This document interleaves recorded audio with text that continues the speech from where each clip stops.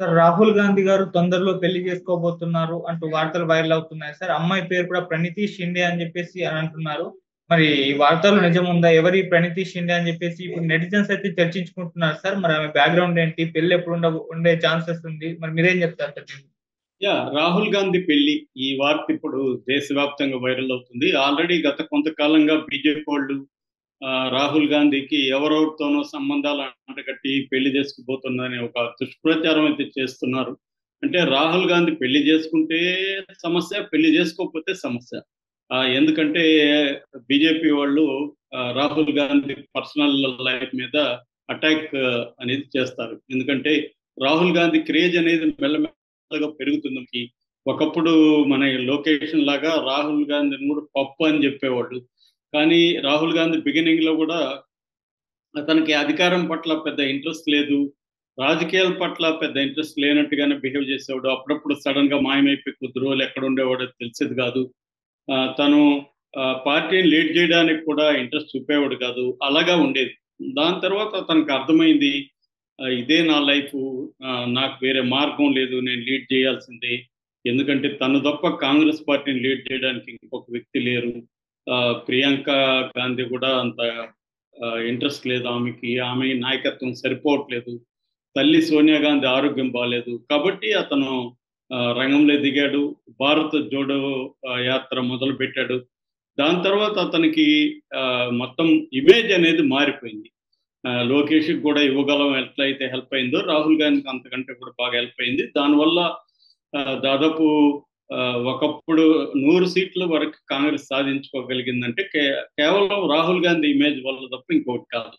అంటే మోడీకి వ్యతిరేకత అయితే ప్రజల్లో పెరిగింది. ముఖ్యంగా యూత్లో ఎంప్లాయ్మెంట్ ఇవ్వలేకపోవడం, అట్లాగే ధరల పెరుగుదల, ఇట్లాంటి రియల్ ప్రజల సమస్యలు ఏవైతే ఉన్నాయో వాటిని పట్టించుకోకపోవడం అనేది మోడీకి వ్యతిరేకత పెంచింది. అయితే దేశవ్యాప్తంగా ఆ బలం కాంగ్రెస్కి సరిపోలేదు. అట్లాగే ఇండియా కూటమిలో ఉండే లుకలకలు కావచ్చు, ఐక్యత లోపించడం కావచ్చు, ఆప్ కేజ్రీవాల్ కావచ్చు, ఇట్లా మమతా బెనర్జీ కావచ్చు, శరద్ పవార్ కావచ్చు, ఇలాగ వీళ్ళు ఎవరికి వాళ్ళు తాము ప్రధానమంత్రి కావాలని కోరుకోవడం కావచ్చు, వీటన్నిటి వల్ల కూడా ఇండియా కూటమి కొంత వెనుకబడింది. లేకపోతే అసలు ఈసారి ఇండియా కూటమి అధికారంలోకి రావాల్సిన పరిస్థితి ఉంది. దగ్గరకు వచ్చి ఆగిపోయింది. ముఖ్యంగా ఆంధ్రప్రదేశ్, బీహార్ ఈ రెండు కలిసి మోడీని సేవ్ చేశాయి. లేకపోతే ఇండియా కూటమి అధికారంలోకి వచ్చి ఉండేది. సో ఈ కాంటెక్స్ట్ లో రాహుల్ గాంధీ మీద బీజేపీ కానీ ఎన్డీఏ కూటమి కానీ ఫోకస్ పెట్టి రాహుల్ గాంధీ ఇమేజ్ని దెబ్బ కొట్టడానికి ట్రై చేస్తున్నారు. ఎందుకంటే ఇప్పటికి కూడా మన పొలిటికల్ పార్టీలు అన్నీ కూడా, మన దేశమే కాదు ఈవెన్ అమెరికా అయినా కూడా వ్యక్తుల ఇమేజ్ అనేది వెరీ ఇంపార్టెంట్. అక్కడ ఇప్పుడు కమలా హ్యారిస్ మీద కూడా ట్రంప్ ఇట్లాగే పర్సనల్ అటాక్స్ చేస్తున్నాడు. ఆమెకి లాంగ్వేజ్ రాదని, ఆమె ఇండియనా లేకపోతే ఆఫ్రికానా కరెక్ట్గా చెప్పలేకపోతున్నారు. ఇలాగా రకరకాల పద్ధతుల్లో ఆమె మీద అటాక్ చేస్తున్నారు. అలాగే ఇప్పుడు ఇక్కడ కూడా రాహుల్ గాంధీ మీద అటాక్ చేస్తున్నారు. ఈ క్రమంలో ఇప్పుడు ఒక వార్త అయితే బయటకు వచ్చింది. ఆ వార్త ఏంటంటే రాహుల్ గాంధీ ఒక అమ్మాయిని పెళ్లి చేసుకోబోతున్నాడు అని. ఆ అమ్మాయి ఫోటో, వీడియోలు భారత్ జోడో యాత్ర మహారాష్ట్రలో ఉన్నప్పుడు ఆ అమ్మాయి చేయబట్టుకొని ఇతను నడుస్తున్నాడు. సో వీళ్ళిద్దరూ పెళ్లి చేసుకోబోతున్నారు అనే ఒక వార్త అయితే గుప్పుమన వైరల్ అయింది. అయితే దీన్ని ఖండించలేదు, అట్లని దీన్ని నిర్ధారించలేదు కూడా ఎవరు. దీన్ని ఆ అమ్మాయి కానీ ఖండించలేదు, రాహుల్ గాంధీ ఇది నిజమా అబద్ధం చెప్పలేదు ఇప్పటి వరకు. అయితే ఏం జరుగుతుంది అనేది ఆ విషయంలో చూడాలి. బట్ ఈ ప్రణితి షిండే ఎవరు అనే చర్చ కూడా ఇప్పుడు రంగంలోకి వచ్చింది. అంటే రాహుల్ గాంధీకి ఆల్రెడీ 54 ఏళ్ళు. సో 54 ఏళ్ళ వ్యక్తిని పెళ్లి చేసుకుపోతున్న ప్రణితి షిండే ఎవరు, ఆమెకి ఎన్ని ఏళ్ళు, ఆమె బ్యాక్గ్రౌండ్ ఏంటి, ఇవన్నీ చర్చకు వచ్చింది. ఇండియా కాబట్టి నేచురల్గా ఆమె కులం ఏందనేది కూడా చర్చలకి వస్తుంది. సో ఈ ప్రణితి షిండే ఎవరో కాదు, మనకు తెలిసిన వ్యక్తి సుశీల్ కుమార్ షిండే. ఎందుకంటే 2004 నుంచి 2006 వరకు ఉమ్మడి ఆంధ్రప్రదేశ్కి గవర్నర్గా ఉన్నాడు సుశీల్ కుమార్ షిండే. సో అందువల్ల మనందరికీ తెలుగు వాళ్ళకి తెలుసు ఆయన సుశీల్ కుమార్ షిండే. వాళ్ళ కూతురే ఈ అమ్మాయి. సుశీల్ కుమార్ షిండే మహారాష్ట్ర తొలి ముఖ్యమంత్రి, తొలి దళిత ముఖ్యమంత్రి. ఎందుకంటే సుశీల్ కుమార్ షిండే దోర్ కమ్యూనిటీకి చెందినవాడు. దోర్ అనేది దళిత్ కమ్యూనిటీ అన్నమాట, దళిత కులం అది. వాళ్ళు తోలు పరిశ్రమలో ఎక్కువగా పనిచేస్తుంటారు. అట్లాగే కొంత వ్యవసాయంలో ఉండడం, తర్వాత వెదురు బుట్టలు అల్లడం, ఇట్లాంటి వృత్తుల్లో కూడా వాళ్ళు ఉంటారు. దీన్ని దోర్ పోలీస్ అని కూడా అంటారు. దోర్ అంటే కన్నడలో దొడ్డ అనే పదం నుంచి వచ్చిందని కూడా చెప్తారు. ఎందుకంటే ఈ దోర్ కమ్యూనిటీ కర్ణాటకలో, మహారాష్ట్రలో ఎక్కువ ఉంటుంది. కొంతవరకు తమిళనాడులో, ఆంధ్రప్రదేశ్లో కూడా కొన్ని చోట్ల దోర్ కమ్యూనిటీ ఉంటుంది. వీళ్ళనే టొక్రే కోలీస్ అని కూడా అంటారు. టొక్రే అంటే వెదురు బుట్టలో వెదురుతో పనిచేసే దాన్ని టొక్రే అంటారు. టొక్రే పోలీస్ అని కూడా అంటారు. వీళ్ళు కర్ణాటకలో అయితే వీరశైవ కక్కలు అంటారు అనమాట. అంటే వీళ్ళు ఎక్కువగా కక్కయ్య మహారాజ్ అనే ఒక గురువు నుంచి వీళ్ళకి ఆ పేరు వచ్చిందని చెప్తున్నారు. ఎక్కువగా నాసిక్, థానే, గ్రేటర్ ముంబై ఈ జిల్లాల్లో, మహారాష్ట్రలో ఎక్కువ ఉంటారు అనమాట. ఈ దోర్ కమ్యూనిటీకి చెందిన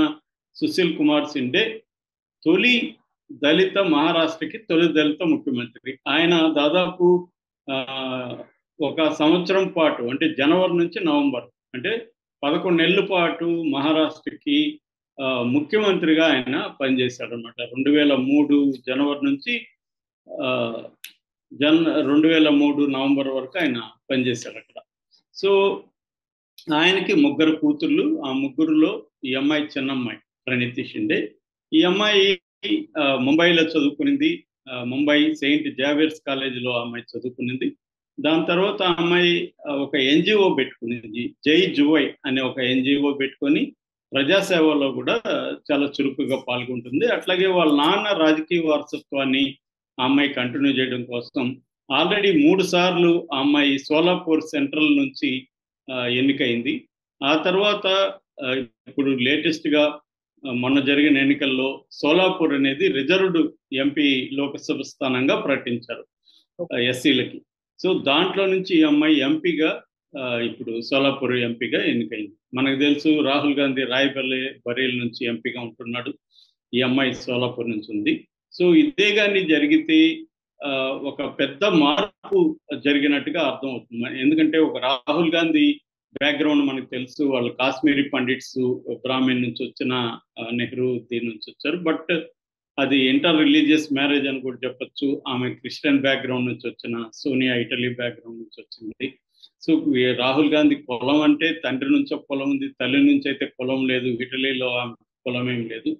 ఏదేమైనా వీళ్ళని ఇప్పటికి కూడా బ్రాహ్మణ ఫ్యామిలీగానే పరిగణిస్తారు. కాబట్టి అటువంటి ఫ్యామిలీలకి ఒక దళిత కోడలు ఎంటర్ అవ్వడం అనేది ఒక విప్లవాత్మకమైన మార్పుగానే చెప్పచ్చు.